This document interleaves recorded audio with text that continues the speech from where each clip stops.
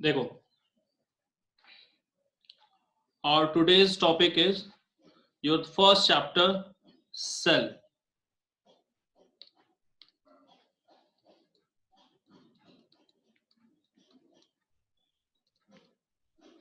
देखो, अब आपको सबसे पहले क्या जानना है, बचपन से हम पढ़ते आ रहे हैं एक लाइन क्या, कि सेल इज द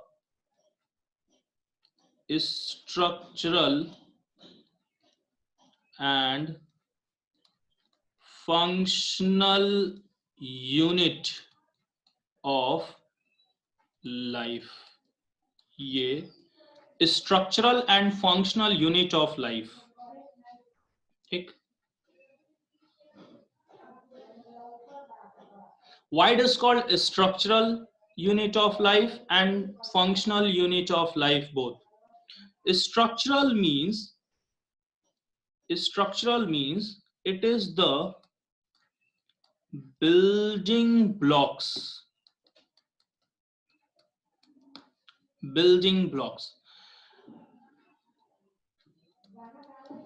सेल को अगर आप देखोगे, डिफाइन करें तो all living organisms are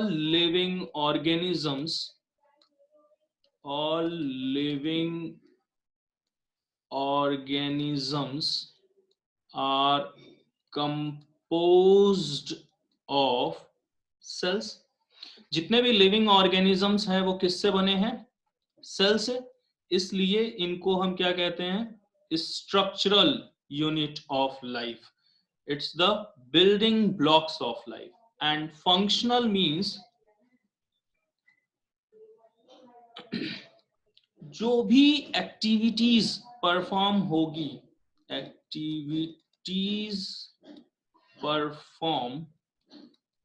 वो कौन परफॉर्म करेगा? किसी भी ऑर्गेनिज्म में जो कुछ भी एक्टिविटीज हो रही हैं वो कौन परफॉर्म कर रहा है? सेल। उस इंडिविजुअल की फंक्शनल एक्टिविटीज को देखें तो वो सबके सम है, जितने भी सेल्स उनके अंदर प्रेजेंट हैं उन सब के सम को हम उस इंडिविजुअल की एक्टिविटी कहेंगे। क्लियर है? तो दो बातें क्लियर हुई कि it is the structural and functional unit of life. And why it is called structural and functional unit? As it is the building blocks of all living organisms and the activities performed by the cell only. Cell को हम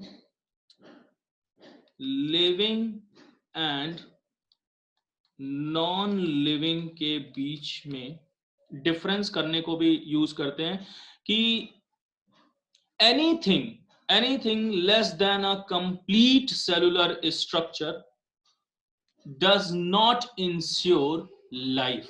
इस line का क्या मतलब है? anything less than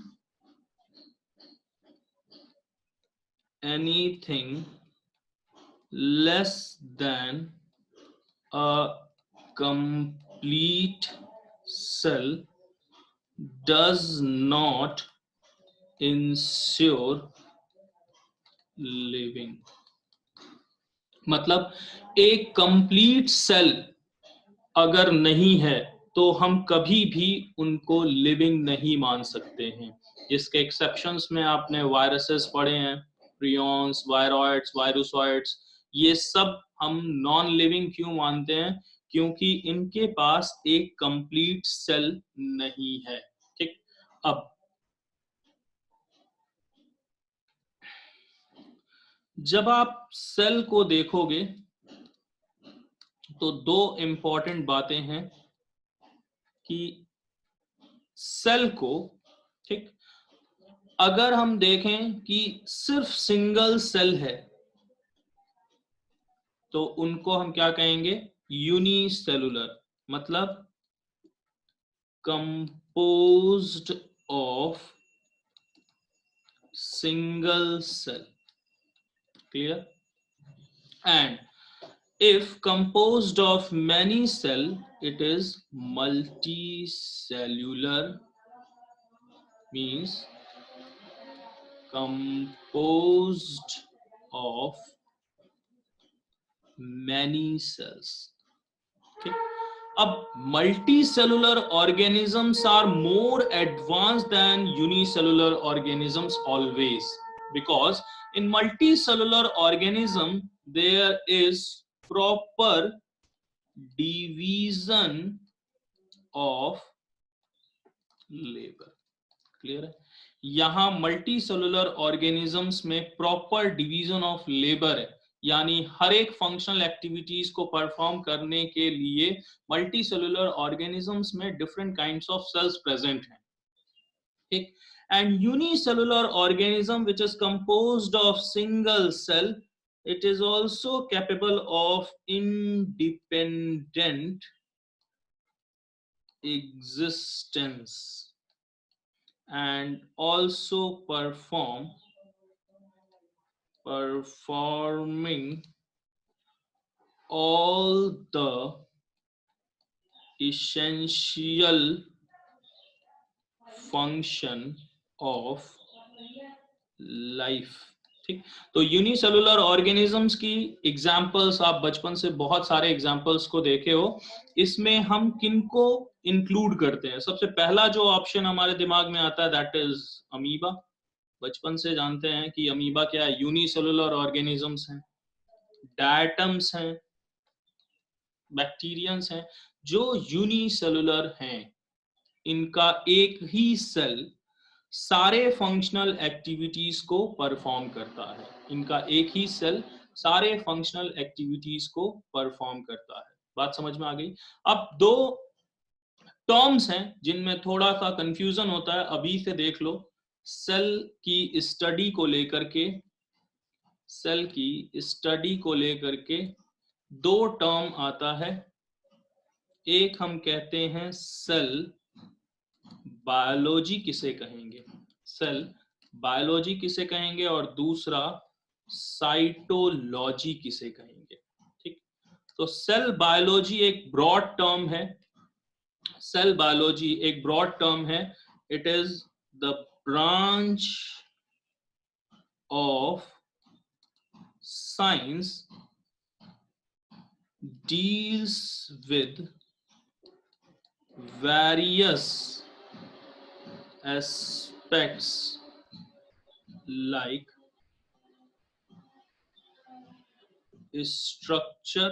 structure याद रखना, structure को, केमिकल कंपोजिशन को, developmental process and the genetic basis of cell, ठीक. सेल बायोलॉजी मैंने बोला कि it's a broad term and it is the branch of science which deals with various aspects like structure कैसा होगा उनका, उनका केमिकल कंपोजिशन कैसा है, उनमें डेवलपमेंटल प्रोसेस कैसे हैं, और उनका जेनेटिक बेसिस क्या है. इन सब को हम इंक्लूड करते हैं सेल बायोलॉजी के अंदर. जबकि साइटोलॉजी में हम क्या देखते हैं, it is the study of form, structure and chemical composition of the cell, chemical composition of the cell. इसमें हम केमिकल कंपोजिशन को इंक्लूड करते हैं. बात क्लियर है सभी को? इतनी बात क्लियर है सभी को?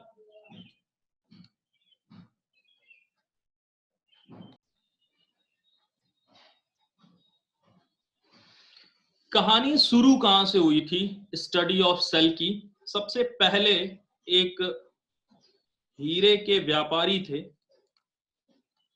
उनके बेटे ने, जिनका नाम था जेचेरियस जैनसन, इन्होंने एक माइक्रोस्कोप बनाया, ठीक. लेकिन वो माइक्रोस्कोप अपने हीरे को अरेंज करने के लिए, छोटे छोटे गहने बनाने के लिए यूज किया था. इन्हीं के बेसिस पे एक रॉबर्ट हुक साहब ने माइक्रोस्कोप बनाया था. इनके बारे में अभी पढ़ेंगे। माइक्रोग्राफिया बुक लिखी थी, सेल को सबसे पहली बार डिस्कवर किया था। वो अलग बात है कि वो डेड सेल था, लेकिन रॉबर्ट हुक साहब की सबसे बड़ी देन कि इन्होंने माइक्रोस्कोप बनाया। फिर एंटोन वॉन लुईवेन हॉक साहब आए, जिनको हम फादर ऑफ माइक्रोबायोलॉजी भी कहते हैं। इन्होंने भी माइक्रोस्कोप बनाया और सबसे पहली बार इन्होंने ही लिविंग सेल को ऑब्जर्व किया था, लिविंग सेल को देखा था। बात समझ में आ गई। एंड आपको सिर्फ ये याद रखना है, ये जो लास्ट में डेट है और एक लाइन है जो क्वेश्चन में पूछी जाती है, इन 1931, ये डेट याद रखना, इन 1931 साइंटिस्ट आए नॉल एंड रुस्का। ठीक, नॉल एंड रुस्का। इन्होंने भाई क्या खोजा? इन्होंने डिस्कवर किया इलेक्ट्रॉन माइक्रोस्कोप। क्या? Electron microscope. और आप सभी को पता है कि इलेक्ट्रॉन माइक्रोस्कोप की जो मैग्निफिकेशन पावर है वो बहुत ज्यादा है। इनके पास है हाई मैग्निफिकेशन,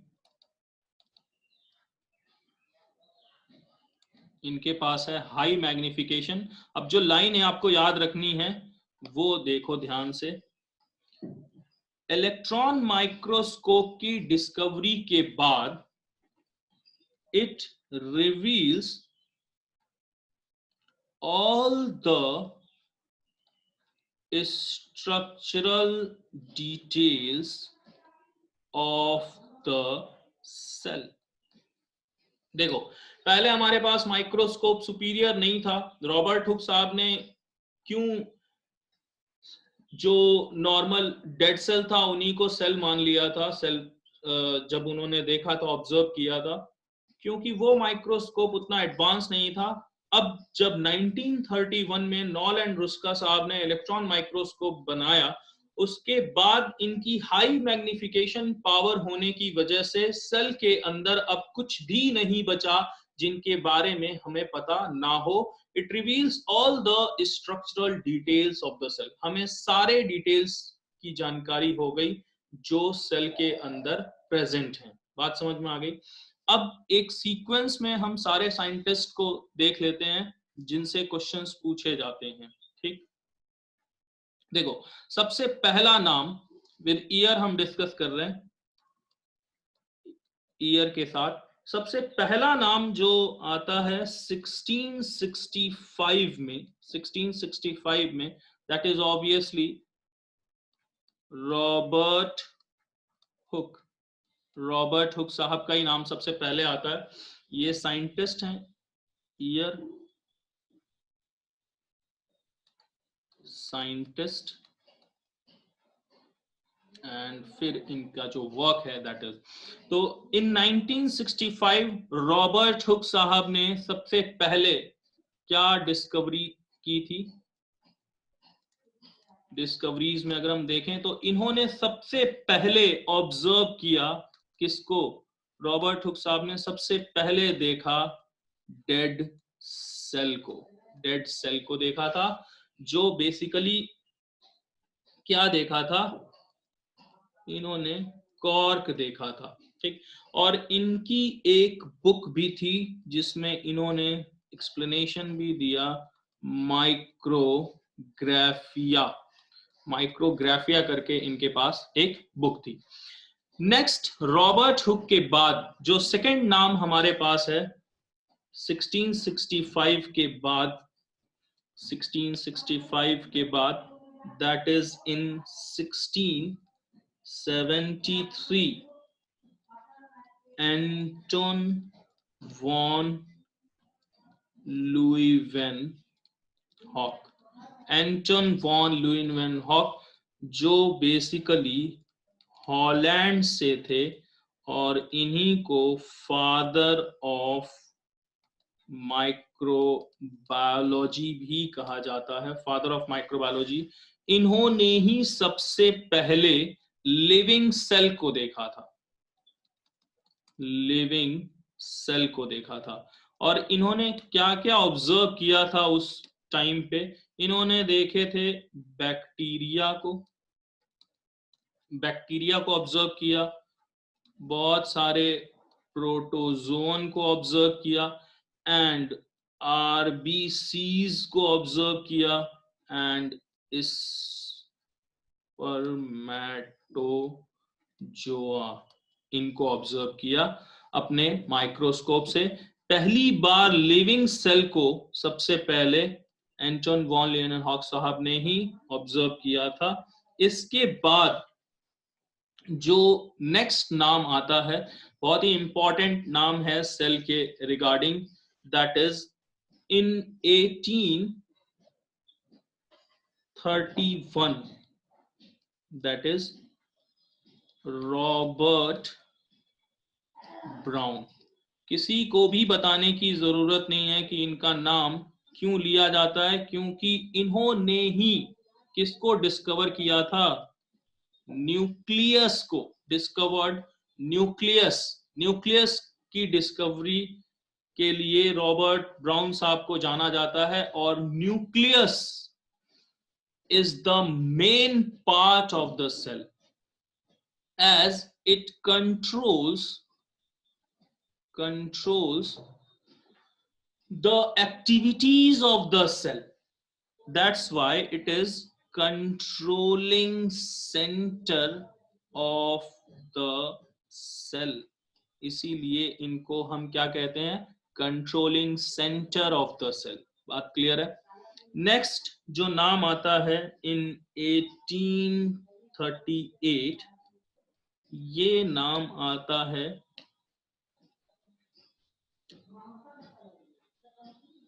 स्लाइडेन साहब का। ये नाम है स्लाइडेन साहब का, जो बेसिकली हैं एक जर्मन बॉटनिस्ट। ये बात भी याद रखना, स्लाइडेन जो कि जर्मन बॉटनिस्ट हैं। इन्होंने बहुत सारे प्लांट्स को ऑब्जर्व किया, प्लांट सेल को ऑब्जर्व किया, एंड जो स्टेटमेंट दिया इन्होंने, वो स्टेटमेंट क्या है? All plants are composed of cells. ठीक, इन्होंने क्या स्टेटमेंट दिया इन 1838 में स्लाइडेन साहब ने, कि जितने भी प्लांट्स हैं वो किसके बने हैं? सेल्स से। ठीक, एंड इन 1839 जो दूसरे इनके दोस्त थे स्वान, ये थे ब्रिटिश जूलॉजिस्ट, ये थे ब्रिटिश जूलॉजिस्ट। और इनसे आपको दो क्वेश्चन याद रखने हैं। पहली तो इन्होंने बहुत सारे एनिमल सेल्स को ऑब्जर्व किया और जो स्टेटमेंट दिया, that is all animals are composed of cells. ये तो सभी को पता है।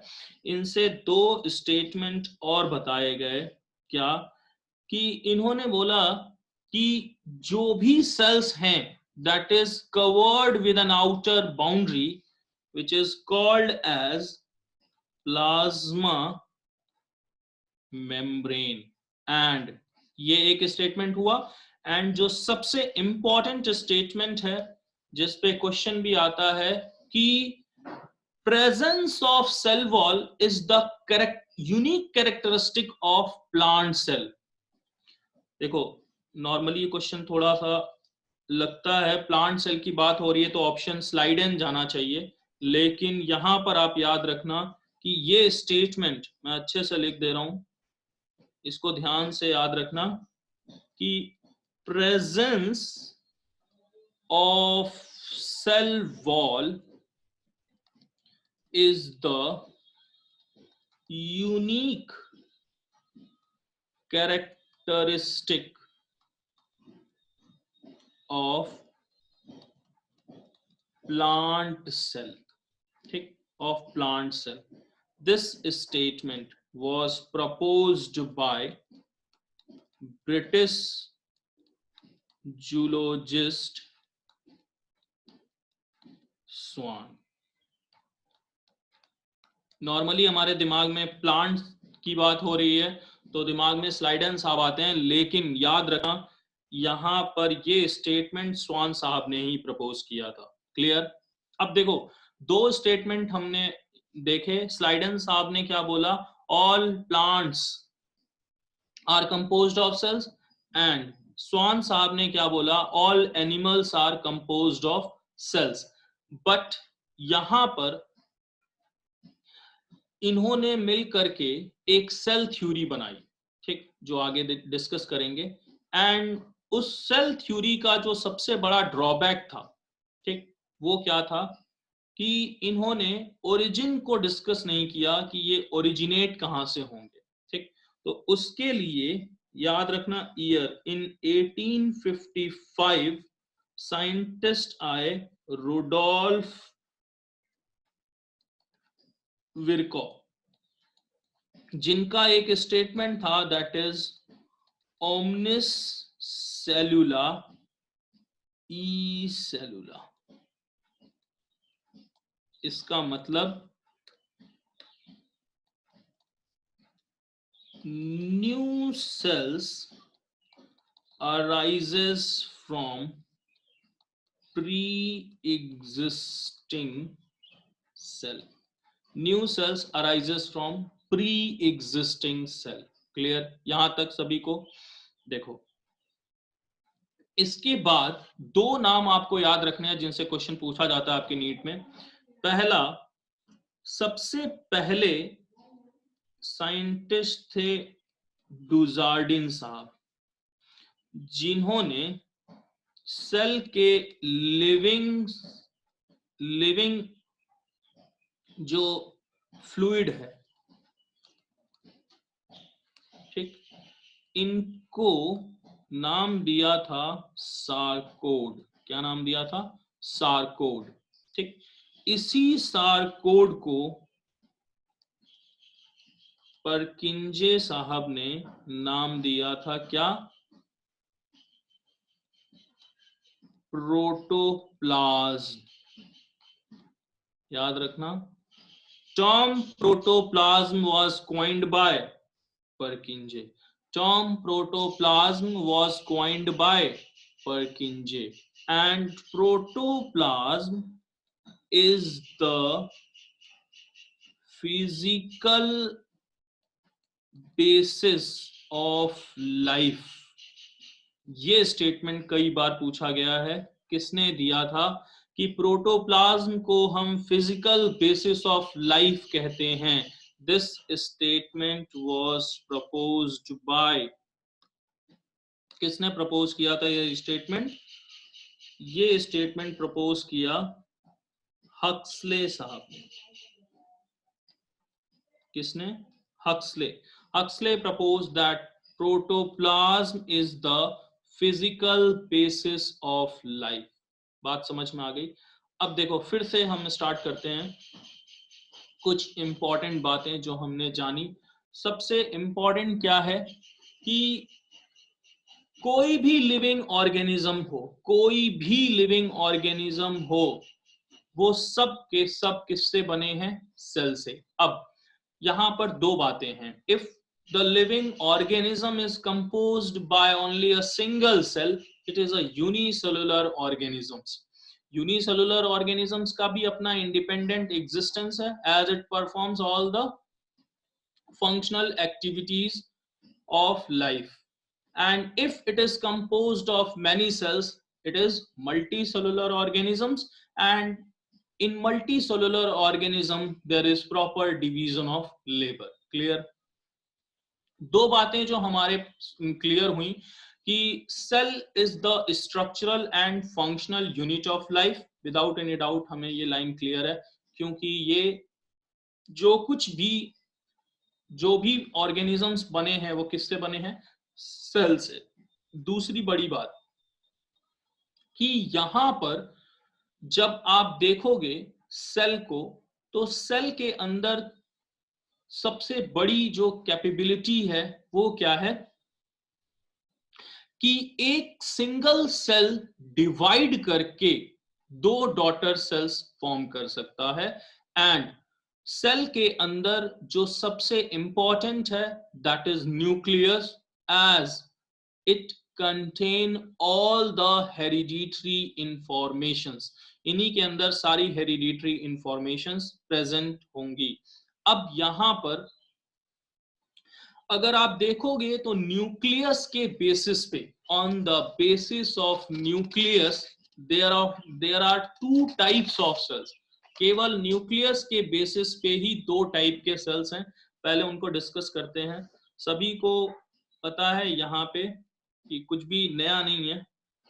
न्यूक्लियस के बेसिस पे अगर हम टाइप्स ऑफ सेल की बात करें तो दो टाइप के न्यूक्लियस हैं, एक प्रिमिटिव और एक एडवांस्ड।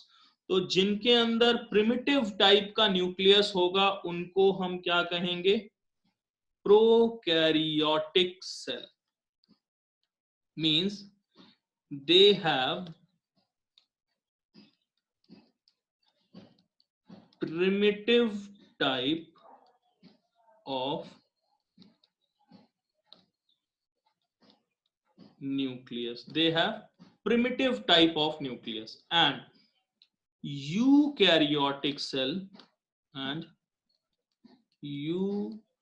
यूकैरियोटिक सेल की जब हम बात करेंगे, यूकैरियोटिक सेल की बात करेंगे तो यहां पर क्या होगा,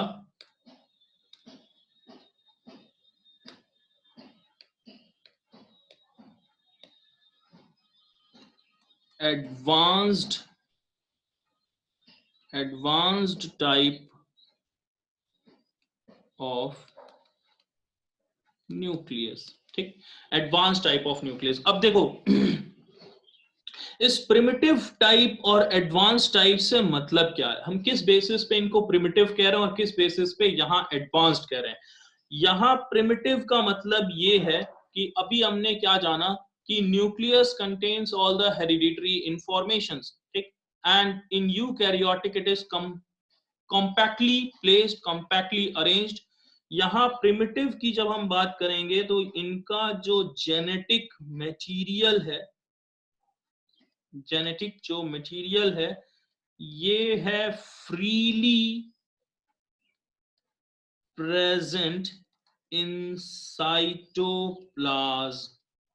साइटोप्लाज्म के अंदर फ्रीली प्रेजेंट है as it is not covered by any nuclear membrane. यहां पे न्यूक्लियस डायरेक्ट लिख दे रहा हूं, not covered by nuclear membrane. यहां न्यूक्लियर मेम्ब्रेन से ये कवर्ड नहीं है। एंड साथ में जो जेनेटिक मटेरियल है वो तो अब किसी को बताने की जरूरत नहीं है कि क्या होगा, डीएनए।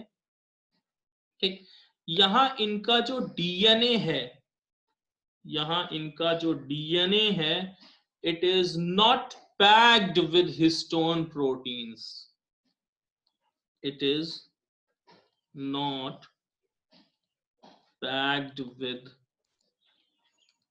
histone proteins। इनका जो डीएनए है वो हिस्टोन प्रोटीन से पैक नहीं है। और जब हम यूकैरियोटिक सेल को डिस्कस करेंगे तो ये क्या है, एडवांस टाइप ऑफ न्यूक्लियस होने का मतलब क्या है कि the nucleus is covered by nuclear membrane. And इनका जो डीएनए है, इनका जो डीएनए है इट इज वेल पैक्ड। इनका जो डीएनए है वो क्या होगा, वेल पैक्ड होगा। बात समझ में आ गई। तो टाइप ऑफ सेल में हमने क्या देखा कि यहां पर दो टाइप है on the basis of nucleus. कौन कौन से, प्रोकैरियोटिक एंड यूकैरियोटिक।